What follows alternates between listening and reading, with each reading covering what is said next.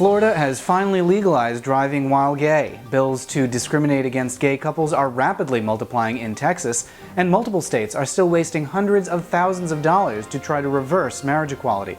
For the American Foundation for Equal Rights, I'm Matt Baum, and welcome to Marriage Newswatch for January 19, 2015.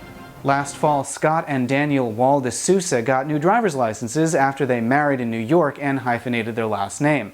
But the state of Florida said that it wouldn't recognize their new names, even though it was a legal name change, and effectively canceled the license, which effectively meant that the couple couldn't drive if they wanted to use their actual last name.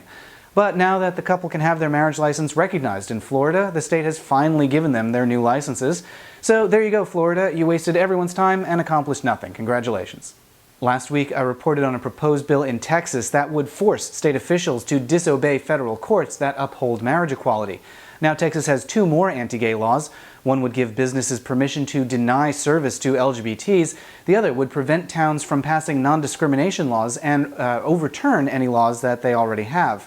Anti-gay activists know that they're about to lose on marriage, so this is going to be their response, passing laws that take away our jobs, or our homes, or access to education or basic services. A proposed law in Virginia would even let hospitals turn away gay patients. We're going to see a lot more of these in the next year as a form of dangerous, petty backlash against marriage equality. Of course, there's still one big wild card when it comes to national marriage equality: the Supreme Court. Last week, they announced that they'll take up 4 marriage cases in their current term. We'll probably see oral arguments sometime around the end of April and a decision around the end of June. There's no way to know how they're going to rule. If they rule in our favor, great, we'll have national marriage equality this year. If they rule against us, then that means several more years of work to overturn the last few state marriage bans. But in the meantime, we keep racking up victories at lower courts. A South Dakota judge has ruled against that state's marriage ban. A judge in Michigan ruled last week that the state must recognize the 300 licenses that it issued during a one-day window last year. A judge in Kentucky has granted the state's first divorce for gay couples, which is a little depressing, but that's just how it goes sometimes. And the Ninth Circuit Court of Appeals has refused to consider marriage cases in Idaho and Nevada, despite the continuing attempts by state officials to halt the marriages. Those Idaho and Nevada cases should have been over long ago, and by dragging them out this long, the states are running up huge legal bills.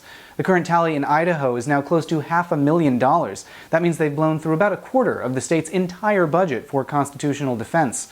And they're not the only state wasting hundreds of thousands on marriage litigation. The legal bill in Wisconsin could top $1.2 million. In West Virginia, parties have run up $350,000 in legal fees. Oregon and Alaska are both $260,000 apiece. And just like in Florida, these states are accomplishing nothing other than making work for lawyers.